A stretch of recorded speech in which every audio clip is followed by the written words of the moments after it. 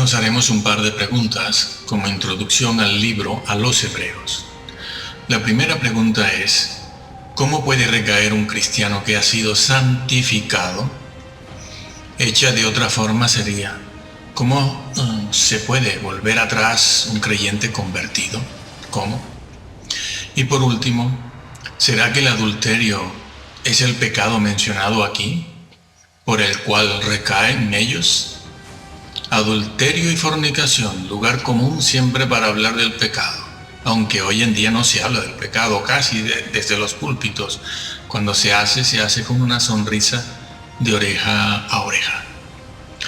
Pues bien, hoy partimos de la suposición de que quienes escuchen o lean este estudio vídeo en la web conocen ya algo este libro, contenido en la Biblia, porque la reflexión que haremos aquí es una breve introducción al libro, a los hebreos que eran creyentes. Aquellos a quienes escribió el apóstol Pablo no eran personas recién convertidas al Evangelio, no eran creyentes nuevos, no eran ignorantes de la doctrina básica, sino personas con muchos años en el Evangelio, tantos, que Pablo les dice que con tanto tiempo en el Evangelio ya debían ser maestros. Sí, ya debían ser maestros. Solo unos versículos más abajo, en el capítulo 6, habla Pablo de los que recaen y recayeron. No importa a qué grupo se refiera, como ya vamos a ver. Pues bien, en el capítulo 10 y el versículo 29, Pablo se refiere a ellos como los que ya han sido santificados. Pablo dice textualmente, ¿cuánto mayor castigo recibirán los ateos? No. Los agnósticos, no. Los curas, no. Los islamistas, no dice eso el texto bíblico, sino que dice, ¿cuánto mayor castigo recibirán los que fueron santificados porque eran creyentes? Este término o expresión usado aquí por Pablo, santificados, es el mismo que usa en otras partes de sus epístolas y cartas para hablar de creyentes convertidos. Creyentes convertidos, esta es una doctrina que no se puede cambiar. Además, todo esto que está diciendo y dirá Pablo debe verse teniendo delante la advertencia permanente de Pablo, que siempre se refiere a la salvación de ellos a quienes escribe, en términos condicionales. Si permanecéis, si retenéis, sí. Así como también debe tenerse delante la exhortación permanente de Pablo a ellos a ser fieles, a perseverar, a no retroceder, a tener paciencia. No les pide que se conviertan, no los trata como a personas no convertidas, sino personas convertidas. Pablo los trata como santificados. Una persona es santificada en el momento en que se convierte y el Espíritu Santo viene entonces a morar en su ser. Desde ese momento es santo, llamado a perfeccionar su santidad, a ser cada vez más santo, porque esa es la voluntad de Dios primera. Los santificados son santos y solo se puede ser santo si se es convertido. No se puede cambiar esa doctrina. No importa cuántos grupos sean nombrados aquí o a los que se pueda o pudiera referir Pablo, eso no cambia la verdad eterna revelada por Pablo de que se puede caer. Esto es verdad tanto de aquellos que cayeron, creyentes que cayeron en el desierto cuando se rebelaron contra Moisés, faltándoles fe. Faltándoles confianza y fidelidad, que es otra cosa. Se parece, pero no es igual. Se usa el mismo vocablo, pero es confianza, es fidelidad. Como es verdad también, entonces, de los que en el tiempo de Pablo se volvían atrás, porque por la historia sabemos que sí, que hubieron quienes regresaron. ¿A dónde? Lo veremos ahora. Es posible recaer. También en el capítulo 10 y el versículo 32, Pablo se dirige a ellos como los que un día fueron iluminados. Fueron iluminados. Esta frase también es usada en el capítulo 6 y no solo en el capítulo 10. Refiriéndose allí en el capítulo 6 a los que recayeron, como decimos, y a los que ahora en este momento corren ese mismo riesgo de caer.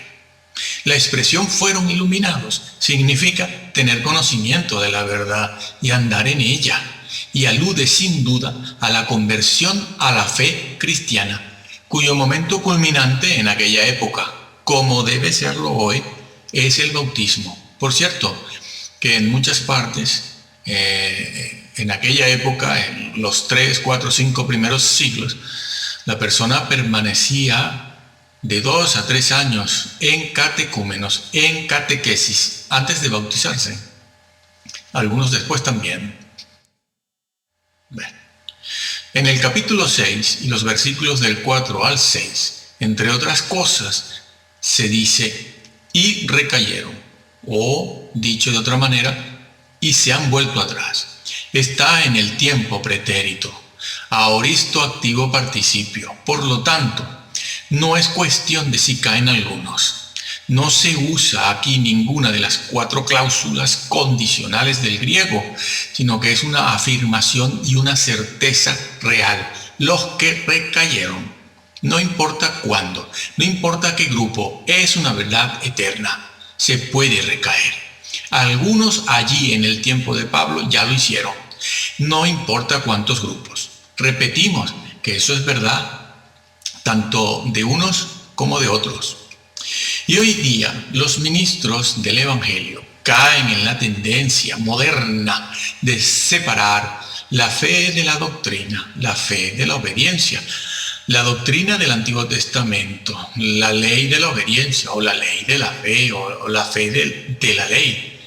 A menudo la tradición teológica de una denominación o grupo o congregación no hace referencia a textos bíblicos específicos, no hace referencia a la teología bíblica, exégesis versículo por versículo en su texto y en su contexto propio dentro del libro en cuestión que se está estudiando, sino que los cristianos hacen referencia a una teología sistemática, la que pertenece a un grupo, o hacen referencia a algún personaje histórico, es decir, porque lo dijo tal o cual creyente. Raramente se piensa en lo que dice una exégesis versículo por versículo en su texto y contexto propio. ¿Por qué? ¿Por qué no se piensa en eso? Bueno, pues porque nuestra teología sistemática lo impide y no se puede aceptar lo que un texto dice de manera clara por sí mismo en su propio contexto. Lo impide también la teología de moda, los cultos con ingredientes de moda, lo impide el sistema calvinista o el arminianismo o el pelagianismo o el semipelagianismo, etc. Los comentaristas calvinistas, para evitar la fuerza, por ejemplo, de este pasaje, de esta verdad en Hebreos 3, 5, 6 y 10, para evitar la fuerza de esa verdad contra la falsa doctrina de la imposibilidad de apostasía, afirman que este pasaje se refiere a no cristianos verdaderos, sino a visitantes, simpatizantes, sí. Y Pablo los considera como que ya debían ser maestros, visitantes, simpatizantes, maestros, sí. ¿No se han dado cuenta de eso? Pues bien, aquí el vocablo recayeron significa una completa y voluntaria apostasía. No que todos los judíos hubiesen caído así, necesariamente, pero se les advierte y se les presenta un ejemplo real. Algo que es posible, y lo fue. Y les dice Pablo cuál será el resultado de semejante retrogresión si ellos, en lugar de seguir adelante hacia la perfección en el conocimiento de Jesús y la carrera cristiana, tuviesen necesidad de volver atrás A otros tiempos, claro, hace tanto tiempo, a otros tiempos cuando les habló y les enseñó él y otros las verdades bíblicas básicas relacionadas con la vida eterna. La vida eterna, como el tema del pecado, la conversión, el arrepentimiento, el bautismo, la acción y el poder del Espíritu Santo, la vida futura, etcétera, etcétera. Asuntos que conocieron en su momento cuando se convirtieron. En el libro a los Hebreos, el capítulo 6, los versículos 11 y 12, Pablo les dice a los creyentes lo siguiente, y leo: y deseamos que cada uno de vosotros muestre la misma diligencia hasta el fin, para la plena certeza de la esperanza, no autosuficiencia, que no os hagáis perezosos, sino que sigáis el ejemplo de aquellos que por la fe y la paciencia heredan las promesas de Dios. Pablo les dice a estos creyentes que no sean perezosos y que imiten a aquellos que con paciencia heredan las promesas de Dios. Bueno, aquí algunos creyentes quisieran por la palabra promesa entender premios o rinconcitos en el cielo, frustrando así los propósitos y la verdad eterna del mismo Señor Jesús revelada en su mensaje, pues el propósito de la conversión al cristianismo no son los rinconcitos en el cielo, no es escapar del infierno, sino ser como Cristo fue. Ser como Cristo fue. Ya que hablamos tanto de la predestinación, no somos predestinados a ser salvos. Lo que dice el libro de Romanos es que somos predestinados a ser hechos a la imagen de Cristo. No es lo mismo, no. Creen todos, de todo tipo de denominación, todo tipo de cristiano, todo grupo cree, pero ser predestinados a ser como Cristo, no. Entonces, hemos sido llamados a eso. Jesús redimió a personas que estarían librando batallas imitándole a Él, porque eso cuesta. No pensó Jesús en cristianos que calentaran bancos y repartieran bolsitas de comida, esperando, aunque fuera, barrer las calles del cielo. Eso es ir contra la enseñanza bíblica y frustrar el propósito eterno de Dios mismo, que lo que quiere son pequeños Cristos en esta tierra. Si no lo hacemos aquí, no entraremos, porque ese es el propósito de que estemos aquí ahora. Además, en estos dos versículos leídos se pone en contraste el hecho de ser perezosos con la actitud y conducta opuesta, es decir, perezosos en contraste con la perseverancia en el crecimiento y en el conocimiento de la persona de Jesús, lo cual traerá un crecimiento espiritual constante necesario para alcanzar la salvación que hemos obtenido por fe. Cosa que Pablo les está demandando a ellos, que no quiten sus ojos de Jesús. A quienes escribe su carta se los dice, les pide fidelidad. No, fe no. Creer, ellos ya creen. Les está pidiendo otra cosa. Pues bien, el vocablo griego usado aquí para perezosos es nothros, que puede traducirse al castellano por perezoso, pusilánime, torpe, indolente, flojo. En el hebreo, esta palabra se traduce por lento de corazón, entendiendo corazón como la persona misma. Y también se puede traducir, y así se encuentra, como varón menguado. Sí, varón menguado. Varón oscuro. No, oscuro de piel, no se refiere a la piel. Se refiere a un hombre de baja condición. Bueno, no lo digo yo. Eso es lo que está escrito. Averígüese. ¿Y a qué se refiere el apóstol con esta palabra perezosos? ¿Es que acaso estos cristianos son tontos? Perezosos, tontos, idiotas, retardados, inmensos. Quizás se refiere Pablo a una pereza de naturaleza física o patológica, mental, espiritual, social, falta de obras sociales. Nos van a salvar las obras sociales. No, yo las hago, ¿Pereza en qué? ¿Y por qué es importante esta declaración? Bien, es importante esta exhortación de Pablo a no ser perezosos porque está en el marco y en el contexto de una afirmación y declaración todavía más seria y más grave, a saber, la advertencia de Pablo que dice lo siguiente: si los que un día recibieron la luz del Espíritu Santo y se convirtieron, recaen y vuelven atrás, es imposible que puedan ser renovados, restaurados otra vez para vida eterna. Esta advertencia de recaer es una fantasía, es una hipótesis, es un supuesto que jamás se podría realizar porque tal cosa como recaer no puede suceder. Con lo cual estaría manipulando el apóstol a aquellos creyentes a los que se dirige con enseñanzas falsas para tratar de conseguir sus fines y propósitos de vida eterna. Sí, manipulando todo para obligarlos a creer y a ser fieles. Obligarlos. Coacción.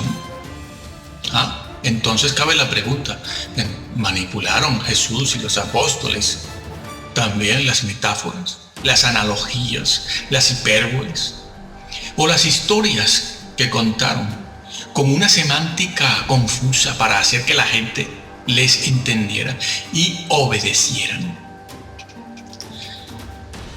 La exhortación "no seáis perezosos o negligentes" se repite en varios lugares en las epístolas y cartas de Pablo, así como en todo el Nuevo Testamento. Por ejemplo, en el mismo libro de Hebreos, el capítulo 5, el versículo 11, Pablo usa el mismo vocablo, torpes o perezosos, para decirles a ellos que después de tanto tiempo de ser creyentes,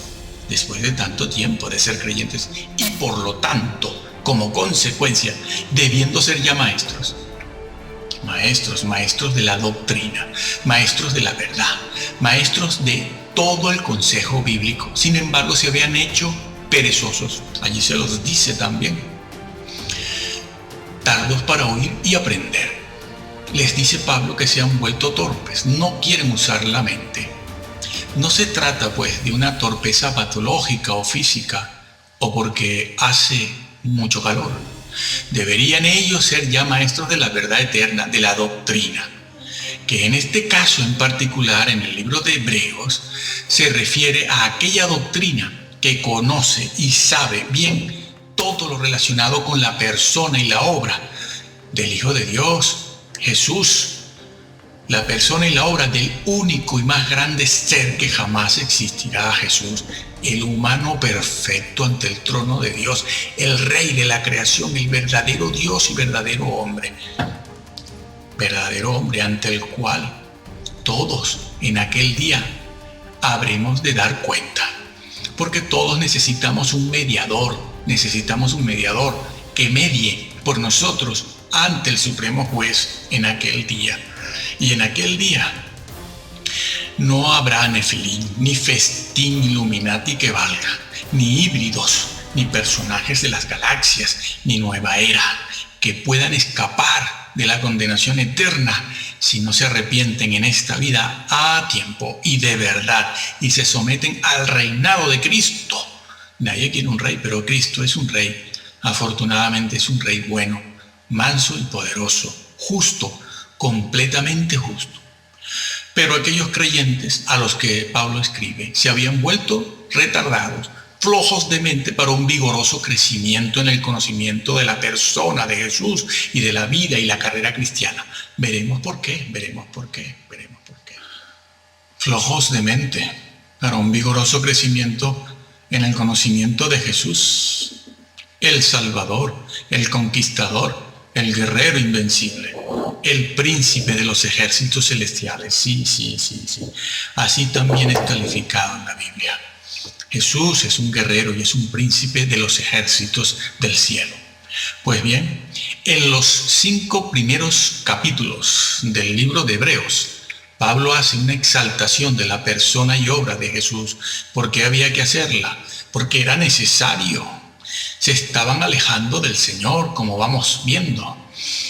Eso hace una exaltación de la persona y la obra de Jesús frente al resto de los seres de la creación, porque muchos de aquellos creyentes corrían el riesgo de malinterpretar a Cristo y al cristianismo. Otros creyentes, entre ellos, corrían el peligro de poner al lado de Jesús a otros personajes que les ayudaran a obtener el tan deseado estado del bienestar, éxito y felicidad en la vida, y una vida espiritual superior, claro. Querían poner seres que les evitaran las persecuciones y el ultraje. Y otros creyentes, otros entre ellos, llegaron a extraviar la doctrina bíblica, creando un Cristo y una salvación según el parecer personal del líder de turno, como sucede justo en este mismo momento, y estaba profetizado que sería así aquí, ahora. Y nadie siente nunca que está cayendo en una herejía. Yo no he visto a nadie, yo tampoco me autoculpo, ni veo que nadie lo haga. Aquí todos vamos para el cielo. Pero es sobre este trasfondo que escribe Pablo. Y es por eso que una y otra vez el apóstol les explica quién es Jesús. Lo hace. ¿Quién es Jesús? Lo hace a lo largo de todo el libro de Hebreos. Les explica cuál es el origen de la persona de Jesús. Y en forma resumida, el apóstol llega a decir, entre otras cosas, que Jesús es la imagen misma de Dios. ¿Por qué les dice Pablo esto a ellos ahora? Porque había necesidad de decírselos. A ellos recordarles que en Jesús está todo. Él es la imagen de Dios. Jesús es el alfa y el omega, el principio y el fin, lo encierra todo. Y todo lo puede, ha sido puesto sobre toda potestad en el cielo y en la tierra. Él es la imagen, no. Él no es un arcángel. Los arcángeles no tienen deidad. Los arcángeles son seres creados, salidos de la mano de Dios, no del seno del Padre. Él es la imagen. Eso quiere decir que Jesús tiene su persona, tiene deidad, posee deidad. Es decir, la esencia de Dios, la naturaleza de Dios es deidad, y solo es deidad Dios, y solo Dios tiene deidad. Y Jesús tenía esa deidad. Por lo tanto, por eso se ha dicho durante toda la historia y hoy en día que Jesús es Dios. No que sea el Padre, es el Hijo, pero tiene deidad. Por lo tanto, es igual al Padre. Cara a cara estaba con Él. En forma de Dios, existía en forma de Dios. Sí. Bueno, les dice y les recuerda, Jesús es la imagen misma de Dios. Y además les dice que ha sido entronizado sobre todos los seres de la creación, sean estos ángeles, arcángeles, querubines, serafines o héroes humanos. Por cierto, no existen dos tipos de arcángeles, unos eternos, en este caso, según los adventistas, el arcángel Miguel, eterno, porque es el Hijo de Dios, y otros que no son eternos. Herejía. Eso es lo que no te va a dejar entrar, haber desvirtuado a la persona de Jesús. Pues bien, Pablo les explica cómo y por qué es que Jesucristo está por encima y es superior a Moisés y a toda la clase sacerdotal. Les enseña Pablo en los capítulos del 7 al 9 cómo desempeña Jesús su oficio de sumo sacerdote ante el trono celestial. Como hombre, no. Jesús en el cielo, como Dios, no intercede. Dios no intercede. Quien intercede ante el trono de Dios es un hombre con H, ese hombre que se llama Jesús, el hombre perfecto, el hombre completamente santo, porque lo que necesitamos los hombres aquí en la tierra es que alguien, otro hombre perfecto, arriba ante el trono, interceda por nosotros. ¿No te lo han explicado? Bueno, también les describe Pablo el tabernáculo terrenal, construido por Moisés, comparándolo con el tabernáculo celestial. Sí, hay un tabernáculo celestial, no te lo han explicado tampoco. Existe el terrenal, el que existía cuando Moisés en el Antiguo Testamento, es una copia del que está en el cielo, del que está allí donde está Dios en su trono. Pues les explica Pablo esto, y luego les explica en el capítulo 9 cómo Jesús entró en el tabernáculo celestial, logrando así cumplir todo lo tipificado en el antiguo pacto, mostrando allí en el trono celestial al Padre sus marcas redentoras como hombre, marcas redentoras en pies, manos y costado. Porque es que si no sabes esto, sabes muy poco de Jesús, muy poco, casi nada.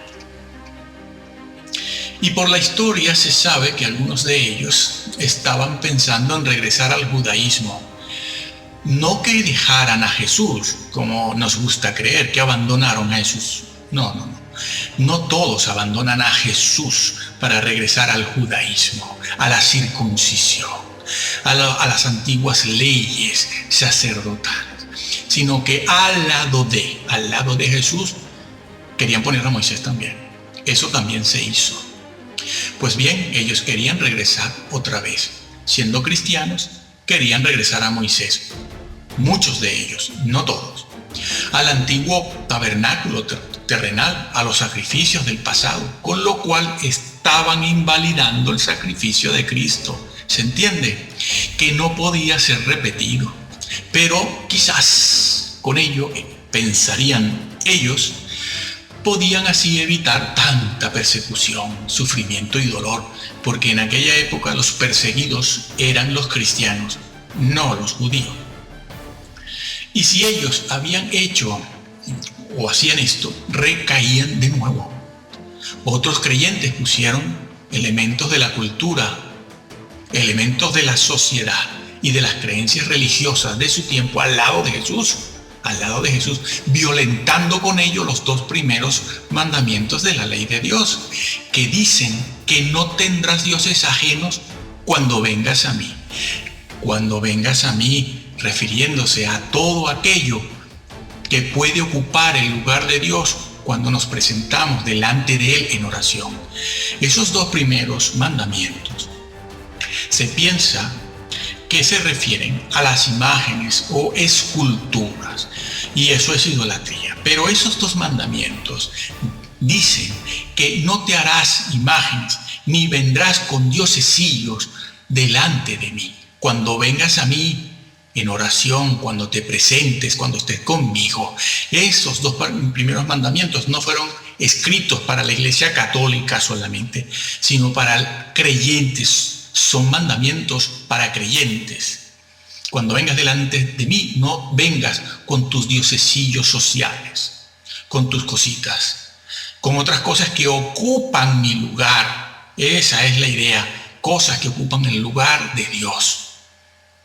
A Dios eso no le agrada nada. Él lo está viendo. Él ahora no dice nada. Todos vamos a ir a juicio. Todos. Allí se sabrá todo eso. Pues bien, en muchos extravíos cayeron también los creyentes cristianos gnósticos de aquella época. Les parecía que Jesús no era suficiente y se asimilaron a las creencias y prácticas gnósticas para completar y complementar a Jesús.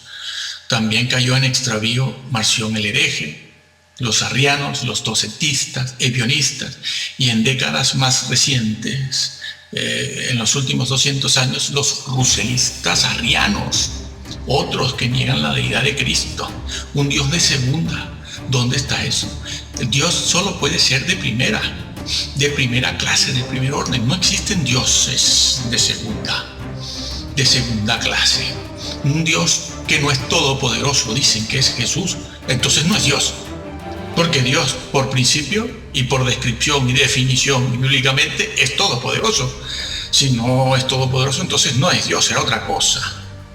Bueno, los ruselistas arrianos, los adventistas los del arcángel Miguel y los actuales evangélicos, yo lo soy. Hoy, creyentes de corte evangélico al lado de Jesús ponen, como hemos visto en la puerta de algunas iglesias, un póster o un afiche de Gandhi. Si al lado de Jesús ponen a Gandhi o a la Madre Teresa, ¿saben lo que hizo la Madre Teresa? O mejor dicho, lo que no hizo la Madre Teresa. ¿Lo saben? La nombran desde los púlpitos como una gran cosa. Y después siguen hablando de Jesús. ¿Le gustará al Señor eso? Ponen a Agustín, a Calvino, a Martin Luther King. ¿Saben si Martin Luther King creía en qué? ¿Qué creía Martin Luther King? Yo no lo sé, ¿no? Averígualo. Ponen a Platón, ponen a Sócrates. Promueven prácticas de perfil psicológico, filosófico, oriental. Dan talleres, cursillos de prácticas hinduistas, como si el Hijo de Dios no fuera suficiente. No fuera suficiente para todo lo que implica la salvación y las batallas de la vida diaria. De la vida diaria. Los cristianos están aburridos. Nuestros hermanos del pasado no tuvieron tantas cosas. Pero hoy existe en el ambiente un extraño afán por lo nuevo, la novedad, el cambio. Todos quieren ver algo nuevo. Están aburridos de tanta ley, tanta Biblia, tanto rollo. Tanto rollo, dicen los creyentes hoy en día, ¿no? Aburridos. Existe mucha superficialidad doctrinal que no les permite entrar en las profundidades de Yahvé, porque cada semana falsos maestros o hermanos en la fe no llamados, no suficientemente preparados, les dicen que, bueno, la ley pasó de moda, el Antiguo Testamento casi ya no tiene valor, mejor lo quitamos, o como me han dicho a mí, Dios no puede ser conocido, porque Dios es muy grande e incomprensible. No hemos de hablar de Él. ¿Para qué? Los hermanos no lo van a entender. Dios es muy grande. Miren, lo que de Dios no se puede conocer no está registrado en la Biblia. Dios no reveló aquello que no puede ser conocido por el hombre. Dios es mucho más de lo que hay y está en la Biblia. Lo que sí está en la Biblia es lo que Dios revela porque sabe que el hombre puede y tiene que conocerlo. Lo que está en la Biblia dicho del Señor y de Dios, su esencia, sus atributos, su personalidad, está dicho porque es algo que podemos conocer. Lo que de Dios se puede conocer está revelado, y lo que no se puede conocer no está dicho y nosotros ni lo sospechamos. ¿Por qué? Porque nuestra mente es limitada. Dios es tan grande que puede encontrar defectos o limitaciones en sus ángeles. Lo dice la Biblia, no me lo invento. Léase, estúdiese. Es tan grande Dios que puede encontrar limitaciones, defectos, necedad en sus criaturas, sus ángeles. No, los ángeles no pueden pecar. ¿Cómo que no? ¿Y la rebelión quién la armó? Nada menos que la mano derecha de Dios. Sí, sí que pueden. Sí que pueden ser necios.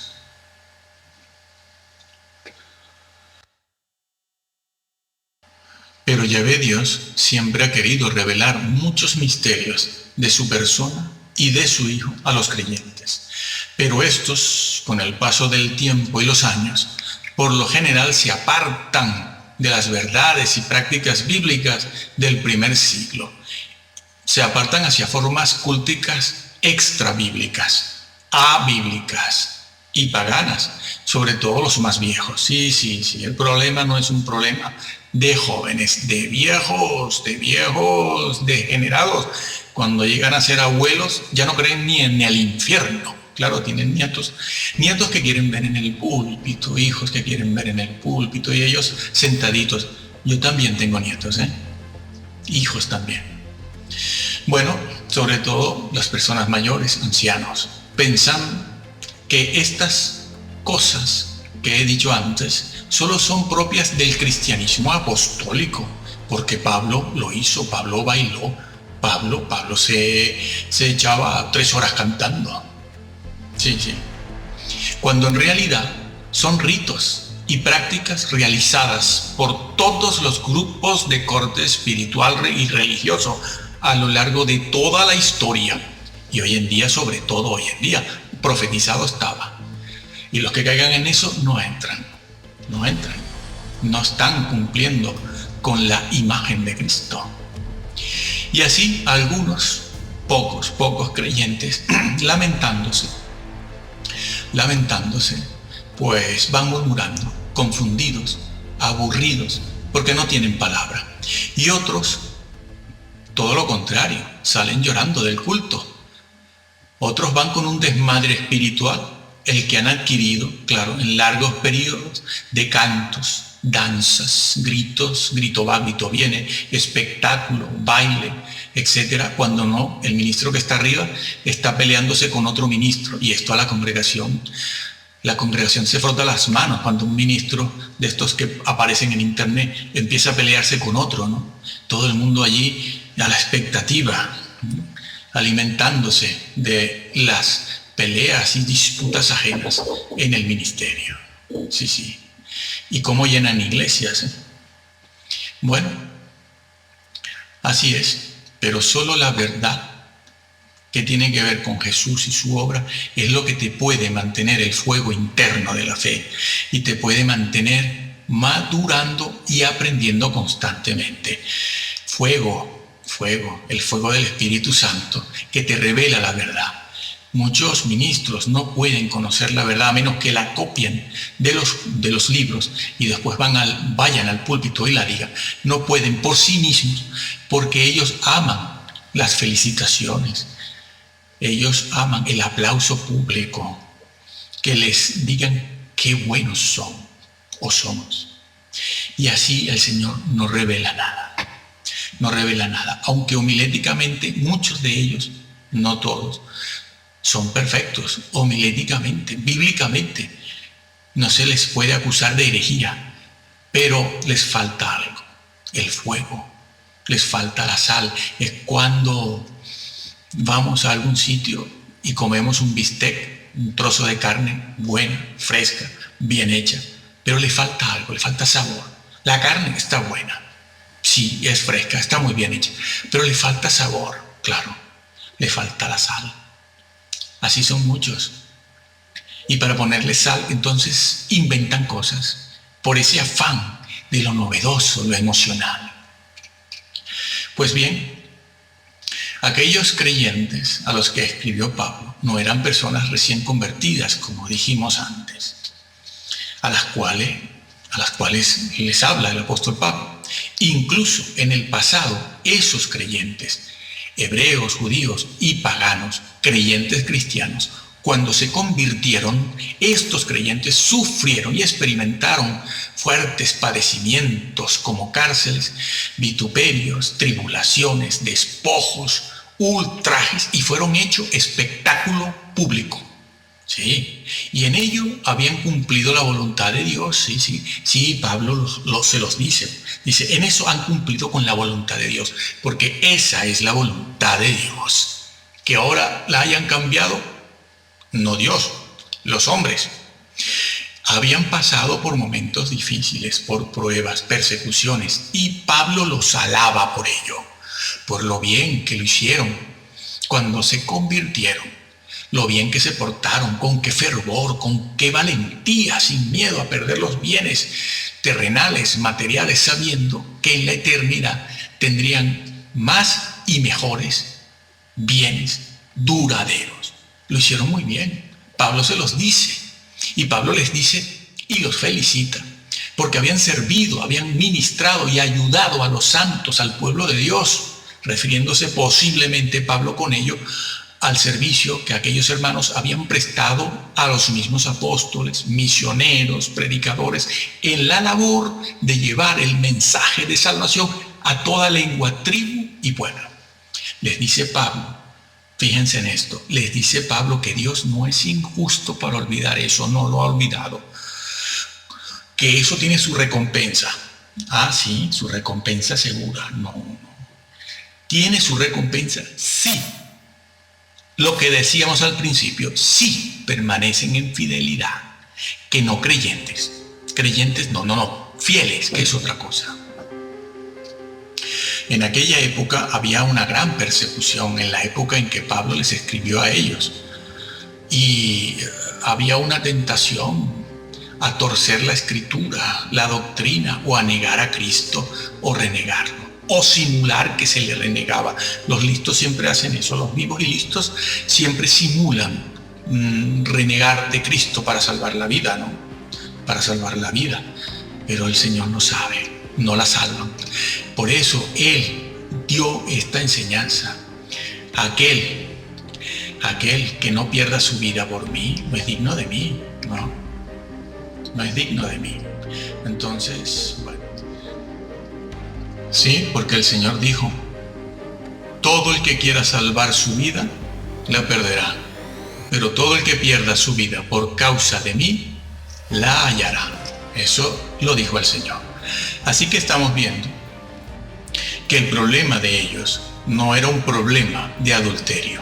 Aquí en el libro de Hebreos no se habla de adulterio, ni de fornicación, ni de robar, ni de matar. El problema es qué estamos haciendo con Jesús, qué se cree y qué se está haciendo con la vida y la carrera cristiana, y qué se está haciendo para cumplir con la voluntad de Dios, con la voluntad de Dios. Este pasaje enseña claramente la posibilidad de caer de la gracia de tal manera que una persona se pierda. No puede conformarse a la imagen de Cristo, el que pone al lado de Jesús las cosas del diario vivir, diosecillos, los que se afanan tanto. Esos no pueden conformarse a la imagen de Cristo. Aquí puede encontrarse una vez más también un error muy frecuente en los creyentes en general, de todo tipo, y es que aún si estos cristianos a los que escribe Pablo no han faltado ni fallado en el servicio práctico a sus hermanos en la fe, y no han fallado en la obra social, sin embargo, por no haber crecido como tenían que crecer en la vida y la carrera cristiana y en el conocimiento de la persona de Jesús como debían, y el conocimiento de la verdad como debían, corren el peligro de retroceder y perderse para siempre. Aquí hay una gran verdad que la enseñó Jesús cuando también le señalaba los defectos a su pueblo y a su clase dirigente. Sí, el Señor señala defectos, lo hizo, y no solo lo hizo con su pueblo, lo hizo con las 7 iglesias de Asia. También lo hizo, les dijo todo lo que estaba bien y todo lo que estaba mal y no le gustaba. Incluso llega a decirle a una iglesia: borraré el nombre de aquel que no ande en santidad, lo borro. Los nombres se pueden borrar, eso no es una hipótesis. Eso que dijo Cristo no es una manipulación, es cierto. Bueno, ¿y qué fue lo que dijo Cristo? Es necesario hacer lo uno tanto como hacer lo otro. Mateo 23:23. Era necesario, son necesarias las obras sociales. Es necesario ayudar a los hermanos tanto como crecer en el conocimiento. No eran perezosos para regalar bolsitas de comida y hablar de Gandhi y hablar de este y del otro. Para eso no son perezosos, pero para lo otro sí que lo eran, y eso les podía llevar una sorpresa. Es necesario hacer lo uno sin dejar de hacer lo otro, a lo que los creyentes de los últimos 180, 200, 250 años han dicho: caramba, ¡qué severo! Sí, como aquel siervo que tenía un solo talento y lo escondió, y el Señor le dijo: ¿dónde está tu talento?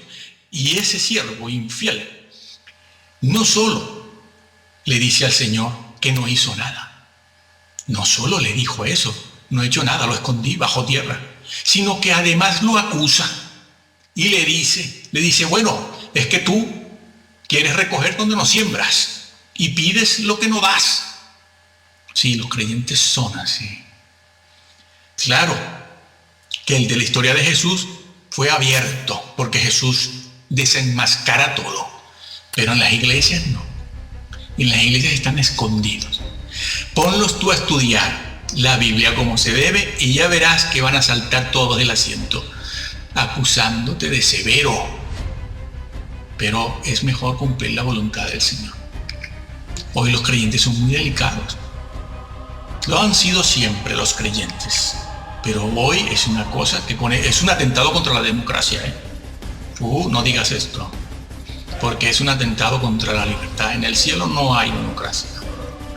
Bien, luego, una vez que Pablo los exhorta a no ser perezosos, y con esto nosotros vamos terminando, los anima a ser diligentes, imitadores, y les pide fe y paciencia. En primer lugar, les dice y les recomienda que deben ser diligentes. La palabra diligencia aquí significa rapidez, velocidad. Sí. Velocidad, rápido. Sí. Se trata de una persona que anhela hacer algo rápido, que tiene rapidez en hacer algo. Siempre tiene esa actitud, esa conducta. Es hacer algo con fervor, con anhelo, un celo arduo por hacer algo, dedicarse a algo que tiene. Eso es lo que quiere decir Pablo, hacer algo. Tengan ustedes fervor, anhelo, celo arduo en buscar al Señor y en servirle y todo eso. Pero hay una cosa curiosa que dice Pablo, aquí dice que deben mostrar ese celo arduo y ese fervor en el momento de la conversión. No, dice celo arduo y ese fervor hasta el fin, no solo al principio, cuando te convertiste hace 12, 20 años, 30 años. Es hasta el fin. Que por cierto que esa es una enseñanza que está en el Antiguo Testamento y está en el Nuevo, pero viene del Antiguo. Bien, estos hermanos habían sido muy diligentes en las obras benévolas, sociales, etc. solamente. Pero ahora les toca, si siguen la recomendación de Pablo, mostrar diligencia en el crecimiento, en el conocimiento, avanzar en la carrera cristiana, hasta el fin. Y les dice que sean imitadores para ellos sean imitadores ¿de qué? Pues de todos los santos que el apóstol menciona en Hebreos 11.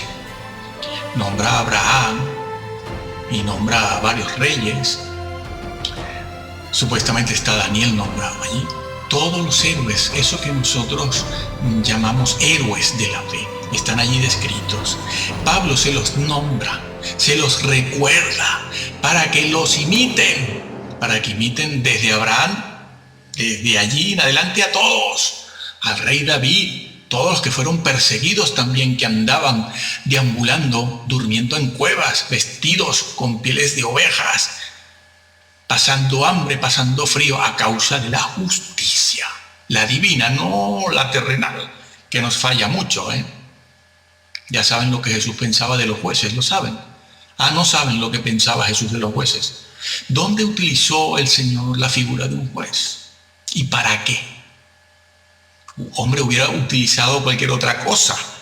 Pero en Lucas 18, hablando de la viuda y el juez injusto, ¿qué opinión tenía Jesús de los jueces?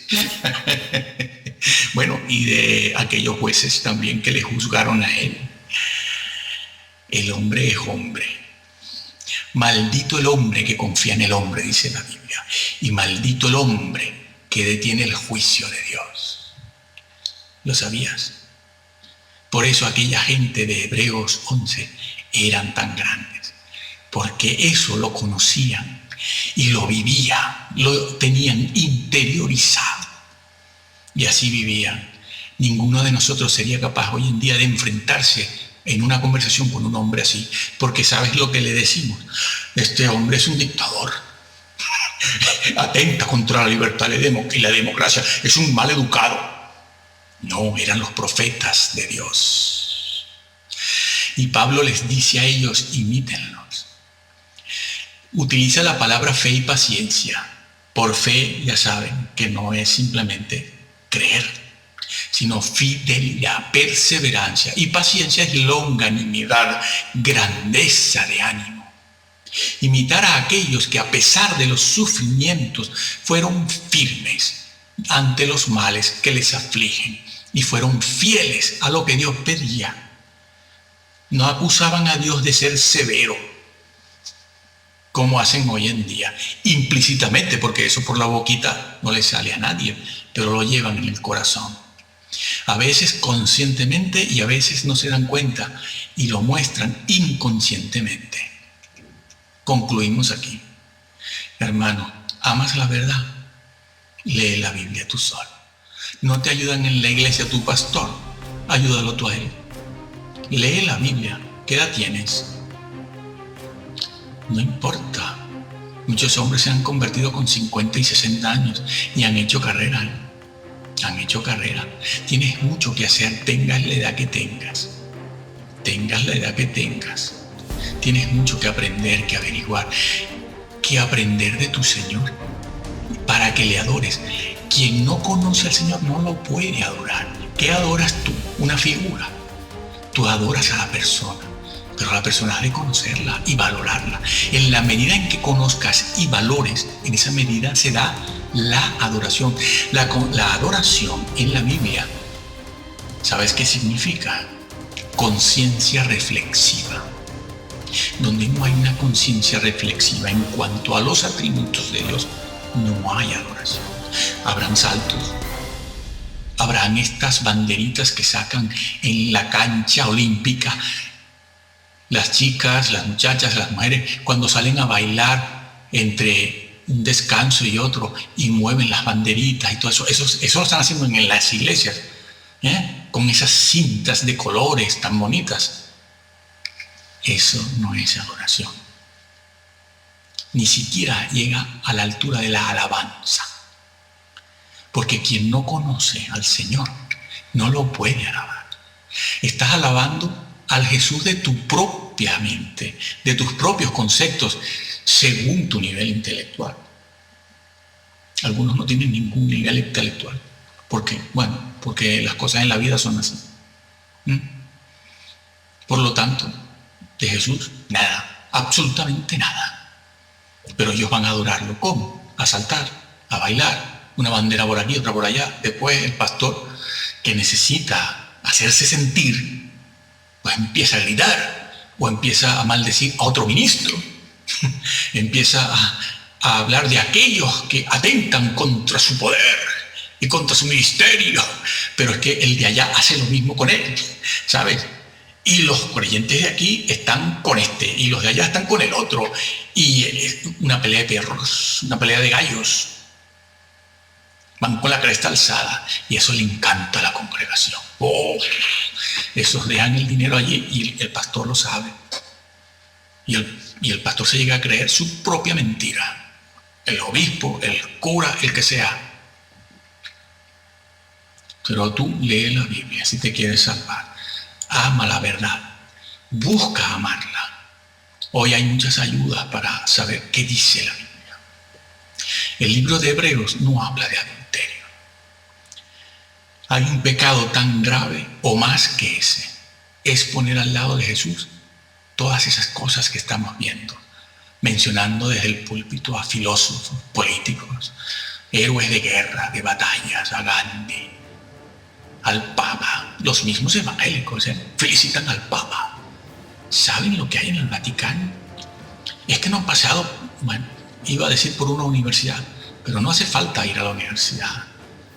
Hoy tenemos las bibliotecas a la mano. Los libros están a la mano. En internet hay todo tipo de ayuda. No tenemos que ignorar la historia y lo que es cada cosa. Por eso está profetizado, y así está sucediendo ya, que la iglesia al final de los tiempos, la evangélica, todo lo que es de corte evangélico y además protestante, no es lo mismo, no es lo mismo. Protestantes son los de Lutero, los evangélicos somos grupos disidentes. Los bautistas no salen de Lutero, los anabautistas no salen de Lutero. Los luteranos son propiamente protestantes. Los anabautistas son disidentes, nacieron en la historia, fueron primero que Lutero. Después hay algunas mezclas por allí. Entonces, busca la verdad, porque estaba profetizado que en estos tiempos la iglesia iba a caer en una apostasía tremenda, la nuestra, una apostasía, y se iban a perder. Los que no van a estar en la apostasía, los que no van a ser vencidos por el anticristo, creas lo que tú creas de él, son muy pocos, porque en este momento no se están preparando. Los pastores no están preparando a sus iglesias. Los hay, pocos pastores. Están distraídos en un montón de cosas. Termino diciéndote, lee la Biblia, exige que se hable de Jesús en tu iglesia, porque esa es la única forma en este momento de no caer, de soportar las tentaciones. Hasta aquel día cuando el Señor, ojalá, nos pueda decir: buen siervo y fiel, sobre poco has sido fiel, sobre mucho te pondré. Que el Señor te bendiga.